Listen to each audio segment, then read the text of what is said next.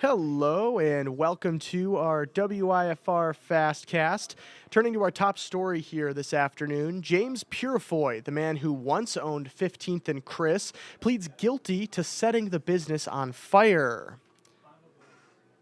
James Purifoy was indicted last year for an arson charge in 2023 at the burger joint. Purifoy owned the business for a decade prior to that fire. Purifoy originally pled not guilty to the charges in May last year, but then changed his plea Tuesday. His next court date is set for April 13th. Tuesday marks 5 years since the deadly January 6th insurrection in Washington, D.C. Pro-Trump rioters stormed the Capitol, demanding the results of the 2020 election be overturned, attacking officers and destroying parts of the building. The Capitol was then put on lockdown, and it took several hours for it to be secured. More than 1,000 people were charged. However, they were later pardoned by President Trump when he took office again in 2025.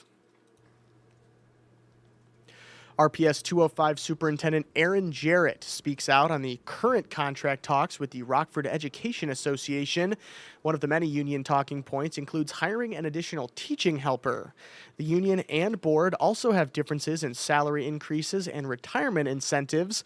WIFR's Nathaniel Langley was at the press conference, and he discusses what's next if a contract won't get done. Hey folks, WIFR's Nathaniel Langley here, and it's a tale of two contracts. Rockford Public Schools and the Rockford Education Association posted their final best offers for teachers.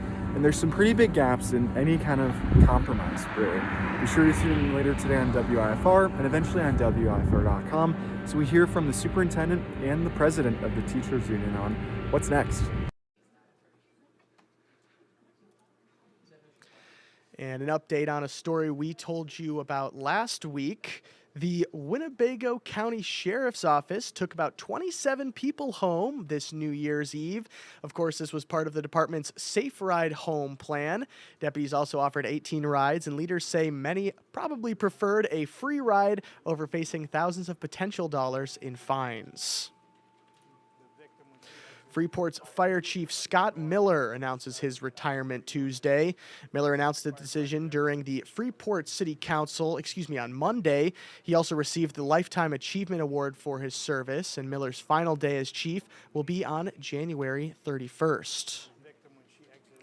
The 700 block of Auburn Street will be under construction for the next few days as crews will fix the water service in the area. That area will then be reduced to one lane of traffic between Post Avenue and Douglas Street. Residents are encouraged to take a different route, and crews will notify residents if they need to shut off their water. After years of getting beaten down by the elements, an effort to make repairs to one of Rockford's most historic churches has hit the ground running. The Bells of St. Mary's fundraiser has reached a third of its $100,000 goal, which would repair the bell tower and steeple of downtown's St. Mary Oratory. Confirmation from a structural engineer proved significant repairs are necessary to preserve the building. WIFR's Bria Walters speaks with the church's music director, as well as some donors, about why these repairs are being done now and the history of the building in the Forest City. Hello everybody, this is WIFR reporter Bria Walters. I am outside of St. Mary's Oratory, where I spoke to Canon Gerald Bell and music director Stateline about an upcoming concert they're putting on this weekend to raise money for this bell tower. You can watch our afternoon shows to learn a little bit more about these renovations and why they mean so much to this church. Go Rockford needs some help to put holiday decorations around the downtown area back in their box. Volunteers will help take down Christmas lights, ornaments, tree, and other tasks. And of course, this event takes place this Saturday, January 10th, and 2 volunteer shifts will take place. Those will be from 8 in the morning to noon, and then the other will be from 1 to 5 in the afternoon. And if you are interested in volunteering, you can visit Go Rockford's website. And taking your dog out to the park just got cheaper in the city of Beloit.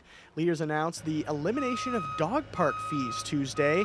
The change is meant to bring more accessibility to the park for the less fortunate and also encourages off-leash activities.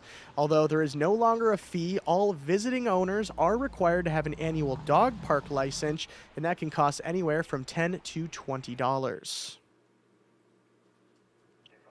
And we're certainly still on that winter weather roller coaster as we head a little bit further here into 2026. Let's take a look at how things are shaping up here for the remainder of our Tuesday evening with a look at our hour-by-hour timecast. So you can see right now we're currently sitting at about 40 degrees there. And then something else that we're probably going to want to make you guys notice there, the precipitation chances there. We've only got about a 10% chance here remaining for the next couple of hours here. Got about a 20% chance there during the 9 o'clock hour, but that does seem like it's really just a rare chance there. And really for the remainder of the night, it does seem like things are going to be pretty clear as well as pretty dry. Taking a look though in the temperature department, obviously we are going to be only getting cooler from here. 40 degrees really for our high. I think the warmest that we got here today was probably somewhere around 41 in some areas here across the state line. So certainly very out of the usual here for really Illinois in January. So certainly quite the winter weather roller coaster that we've been on here lately. But of course, this certainly isn't the wonkiest things we're going to get here as we continue on throughout the rest of this winter season. We want to make sure that you guys are downloading our WIFR First Alert Weather app. I'm going to leave this QR code up here for just a quick second for you guys. But this is the best way that we can get any sorts of those emergencies out to you, whether there's snow, ice, tornado even. We want to make sure that we can keep you guys notified wherever you are. Of course, we also want you guys to download our WIFR News app. These are two separate apps, and you can download these either if you have a Samsung phone, it's the Google Play Store, or if you have an Apple iPhone, you're going to download it at the Apple App Store. And then, of course, we also want you guys to make sure that you are downloading those streaming apps on those TVs that you guys have at home. Those will be on Roku TV, Amazon TV, and Apple TV as well. Thank you guys so much for watching. Of course, those stories and more will be coming up in our shows this afternoon and this evening at 4, 5, 6, and 10. And just like I mentioned, make sure you guys get the latest news now, both in the state line and across the country, by heading to www.wifr.com or by downloading any of those WIFR apps. Thank you so much for watching, and we'll see you coming up here in about 15 minutes for WIFR News First to Forward City Staufferegen. Thanks for watching.